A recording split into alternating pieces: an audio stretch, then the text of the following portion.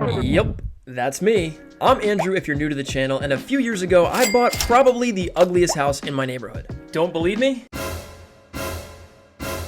Yeah, it was bad. Now, fortunately the home renovation is nearly complete, including the backyard and the basement, and I documented both of those on YouTube if you're curious. But in this video, we're gonna focus on the front yard, and I'm gonna show you how I used 78 bags of concrete to complete these 4 projects, which completely transformed the curb appeal of my home. Let's start with the front steps because I'm least proud of this project.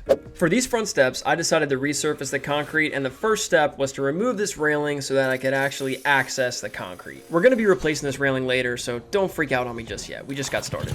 After removing the railing, I power washed the front steps to give us a nice clean surface that the concrete resurfacing product will adhere to. After washing the steps and letting them dry, I grabbed my concrete resurfacing product, which is NewCrete by Rapidset, and then I mixed it up according to the manufacturer's instructions. I added a little bit of dye there, and I actually ended up regretting that. You'll see why later on. After mixing up the NewCrete product to a pancake batter consistency, I poured it all over the steps, and I started spreading it around with a concrete trowel. There's nothing really magical about this. You're basically just going to try to spread out the product to an even consistency around 1/8 to 1/4 of an inch over the entire application area. And I understand that some people prefer the original kind of charactered look of the steps, but I'm going to be pouring new concrete all around it in the next couple projects, so it just wouldn't match if I left it the way it was. After completing the horizontal stair landing, I moved on to the vertical sides of the steps, and then I just applied the product the same as I did for the top, except a little bit trickier because you're working against gravity. This product will set up on you pretty quick, so I immediately moved to the stair treads and started applying a thin layer over the treads as well, and then just complete this process for all of the areas that you're trying to resurface.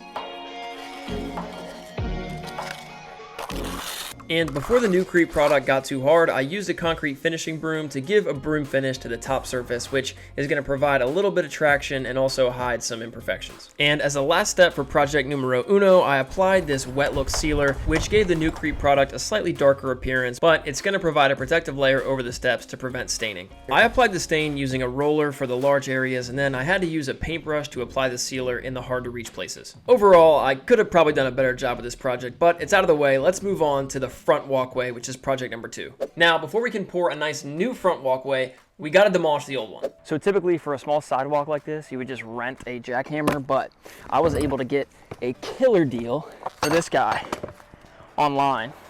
So we're gonna test it out, see how it goes. This was my first time using a jackhammer, and after almost jackhammering both my feet, I got the hang of it. With my front walkway turned to rubble, let's start thinking about how we're gonna repair it. So this is gonna be 2 parts. It's gonna be the concrete landing and then this curved sidewalk. I started by marking the outline of the concrete landing with some spray paint, and then you're gonna go ahead and excavate down around 8 inches. 4 inches for the gravel subbase, and then 4 inches or so for the concrete sidewalk. I also excavated 2 deep footers at the back of the landing for a surprise I'll show you at the end. Then I raked everything smooth, compacted the soil using a hand tamp, and then I backfilled my 4 inches or so of gravel subbase. Then I built my forms using 2x6 and 1x6 lumber, and I made sure everything was square and level and secured them with stakes. Finally, it's time to pour the concrete, and for this project I'm using Rapidset's 24/6 concrete mix, and I calculated the quantity using their concrete calculator tool. Now, for small projects, you can mix concrete in a wheelbarrow, but for a big pour like this, you're gonna want something a little bit more heavy duty. So for this first pour, I rented this mechanical mixer from Home Depot where you add the bags and water, and these fins are gonna rotate, mixing everything up. And although this worked out for this first landing pour, it took forever, and the concrete kept on binding up in the mixer. We had to go in and unclog it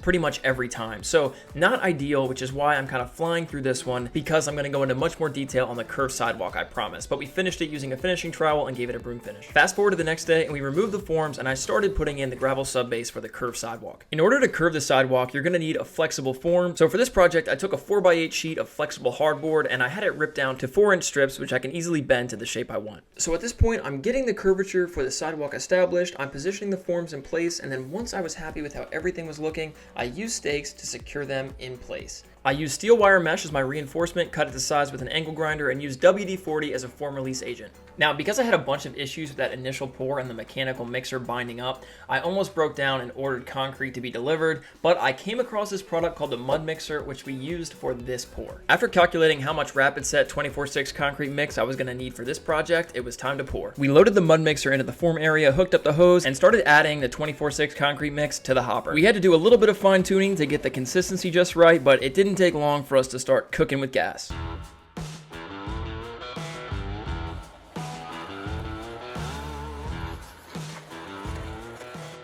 The mud mixer can mix up to 40 bags in an hour, so we cranked through this 24/6 concrete mix pretty quick and started finishing. To finish the concrete, we screeded the surface using a 2x4, and because this is rapid setting concrete, we did the first half, screeded it nice and flat, and then proceeded to fill up the rest of the form area. We filled in any of the low spots by moving concrete around, and then continued to screed the rest of the surface. Again, fill in low spots and then get everything smooth using a concrete finishing trowel. Concrete finishing is definitely an art, so if you don't get it perfect on the first time, don't worry, we're going to apply a broom finish. After smoothing out the surface, I used a concrete edging trowel to give the edges of the sidewalk a nice rounded edge. And clean up any rough edges left by the edging trowel with your finishing trowel. After letting the concrete set up a bit, I applied a broom finish, which is going to give the concrete a bit of traction, and it's also going to help to hide any of the imperfections left by our finishing. Here's a look at the sidewalk after applying the broom finish, and finally, I applied a control joint using a grooving trowel down the middle of the sidewalk, so when it inevitably cracks, it'll hopefully crack within that control joint. Then, I did some finishing touches with the edging trowel and did some cleanup with the broom. The next day, I went and removed the forms. Now let's focus on Project 3, the front garden curb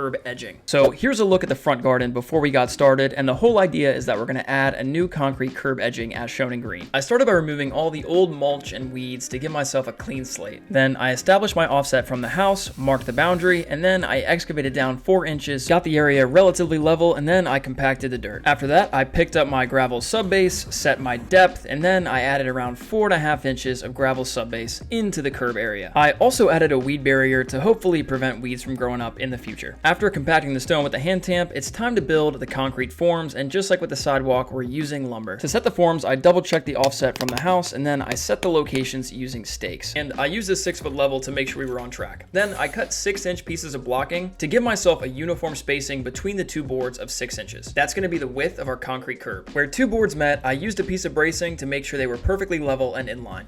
After continuously checking level, I cut the forms to round the corner, used a framing square to make sure we were just that, square, and then I completed the form area.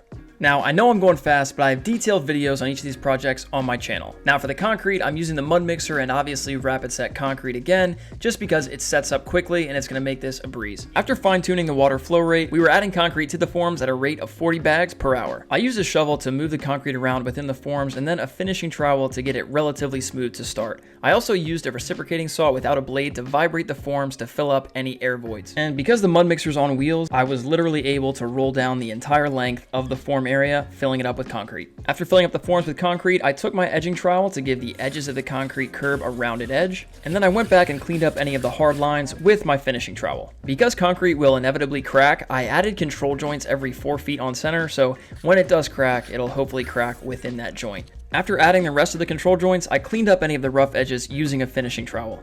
Here's a look at the finished product right as the sun was setting, and then the next day I went and I removed the concrete forms. If you use a form release agent like WD-40, the form should come off really easy. Now let's move on to the final project, which is the replacement of the sidewalk at the front of my driveway. So here's a look at the busted sidewalk in the front of my house, and obviously you can't have curb appeal when that's the first thing you see when you pull into the driveway. So let's start by demolishing it. As step 1, I used an angle grinder to saw cut through the existing control joint. That way, when I demolish the sidewalk with a jackhammer, it'll hopefully break cleanly along that line. But at this point, you guys understand the sidewalk replacement procedure from that first project, so I'm going to show this as a 60-second time lapse.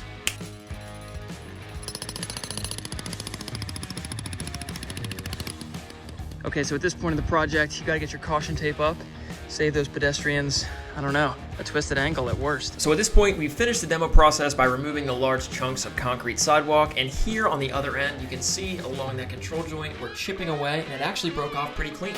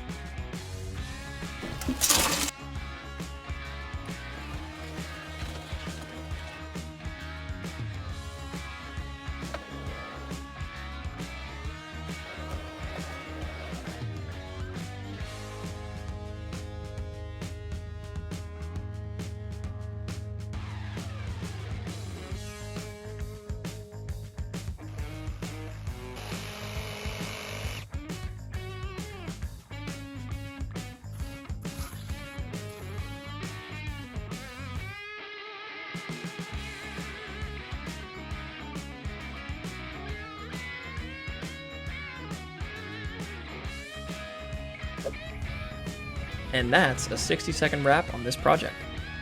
Now, obviously there were other projects like power washing, taming this jungle, landscaping, installing mulch, etc. that contributed to this curb appeal transformation, but this video focused on the concrete. Let's take a quick reminder look at where we started.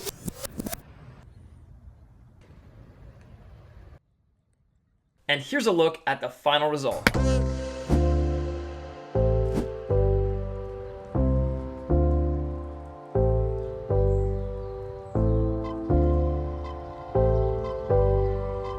Now, I fully understand that this result is not perfect, but I think everyone can agree it's far better than where we started. Do you remember those footers? That's for a gable that I'm gonna be revealing shortly. Thank you guys so much for watching. As mentioned, I have detailed videos for each of these projects on my channel. If you like this video, please drop a like down below. It helps me out with the algorithm. Subscribe for more content like this, and I will see you on the next one. Thanks.